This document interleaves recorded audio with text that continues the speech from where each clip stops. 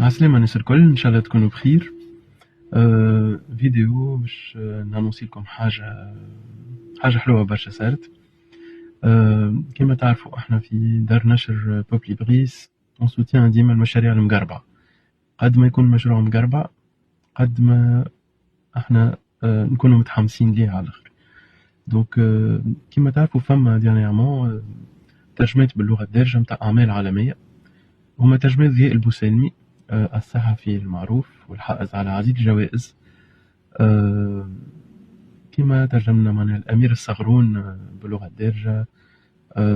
هو ترجم الغريب لترونجي دو كامو اللي تمنينا نكونوا معناها خرجناها احنا الترجمة هذه. واليوم ضياء يرجعنا بفكرة متاع ترجمة كاتب حائز على جائزة نوبل.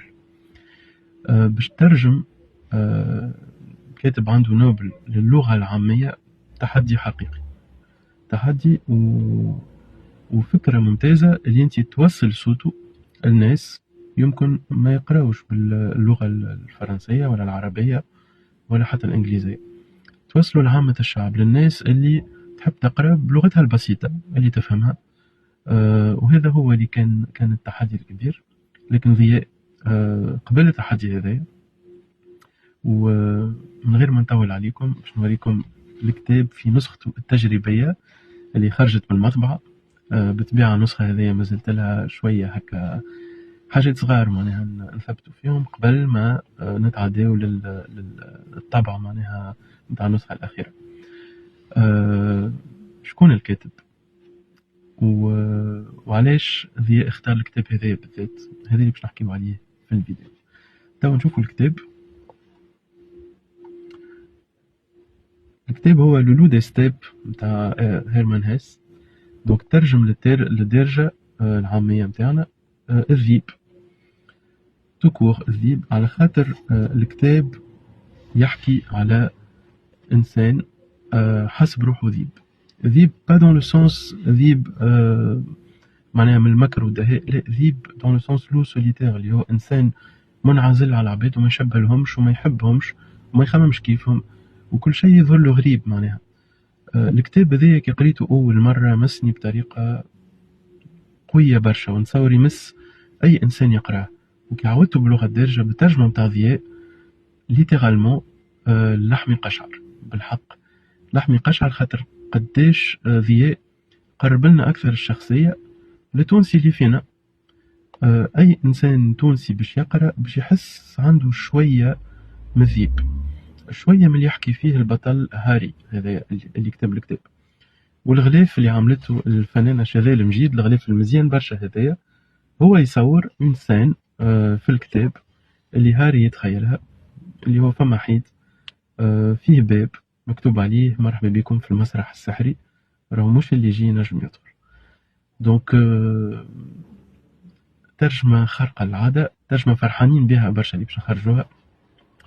البارتيكولاريتي نتاعها الترجمة هذه اللي كوم الكتاب تنشر عام 1927.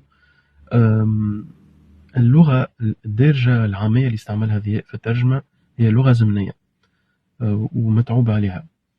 نعطيكم مثال صغير صغير على الآخر. مثلا البطل قاعد يحط في ديسك في الجراموفون نتاعو. أنا لقيت ضياء مترجم صحن، قلت له ضياء ايش معناها صحن؟ ضياء فسرلي في الفترة هذيك معناها وقت اللي جاو لي ديسك لتونس أول مرة شافوهم التوانسة سموهم أصحنة خاطر يشبهوا أول حاجة خموا فيها هما الأصحنة ليزاسياد. ومن غادي دايوغ جاء المثل هيا اقلب علينا هالصحن، خاطر اون سي تري بيان كو ديسك فيه اون فاس ا وفاس بي تقلبوا معناها من بعد. دونك هذيا معناها انكدوت محلاها تحطت اون نوت دو بات باج، وباش تلقاو بليزيور نوت هكاكا على كلمات اللي من الاول تقفوا عليهم ومن بعد تلقاوهم ضياء مفسرهم تفسير دقيق وعلاش استعمل الكلمة هذيك بالذات والا المثل الشعبي هذاك بالذات اللي يلقاه يلصق بالضبط على النص الأصلي الألماني. الحقيقة كتاب أنا دوخني وترجمة دوختني، وذاك علاش أنا فرحان وذاك علاش نعمل في الفيديو. ودايوغ باش نحتفيو به كوم يلفو. دونك إن شاء الله سيف ذا ديت 14 ديسمبر إن شاء الله في مكتبة الكتاب من شويلفيل. باش يكون التقديم نتاع الكتاب هذايا، وباش يكون تقديم اكسبسيونيل. اش معناها مش اون سامبل سيونس دو ديديكاس، مش ان سامبل ديبا، هذوما باش يكونوا موجودين طبعا، ولكن يوغا اون بيرفورمانس تياترال. معناها فما فنان قدير وممثل كبير برشا باش يجي ويقرا دي اكستري من الكتاب اكومبانيي بموزيك تعملت سبيسيالمون كونسو للامبيونس نتاع الكتاب هذايا وللترجمه الدارجه هذايا. وباش تكون مفاجاه كبيره برشا للناس اللي باش يحضروا ان شاء الله نهار 14 ديسمبر في مكتبه الكتاب ميتوال فيل. كيما عودناكم ان شاء الله ديما الكتب نتاعنا سي لو سيني دو ليكسيلونس، سي لو سيني نتاع التجديد، سي لو سيني نتاع تحدي ستاتيكو. هذه اول مره نوبل يترجم فيها للغه العاميه، وماهيش باش تكون اخر مره ان شاء الله، ومازلنا مقدمين وبقدرة ربي اون فو ديسوفرا جامي. وفرحانين برشا اللي تكونوا معنا في الايفينمون هذا. اكثر تفاصيل توجيهكم من بعد باذن الله. مرحبا بالناس الكل.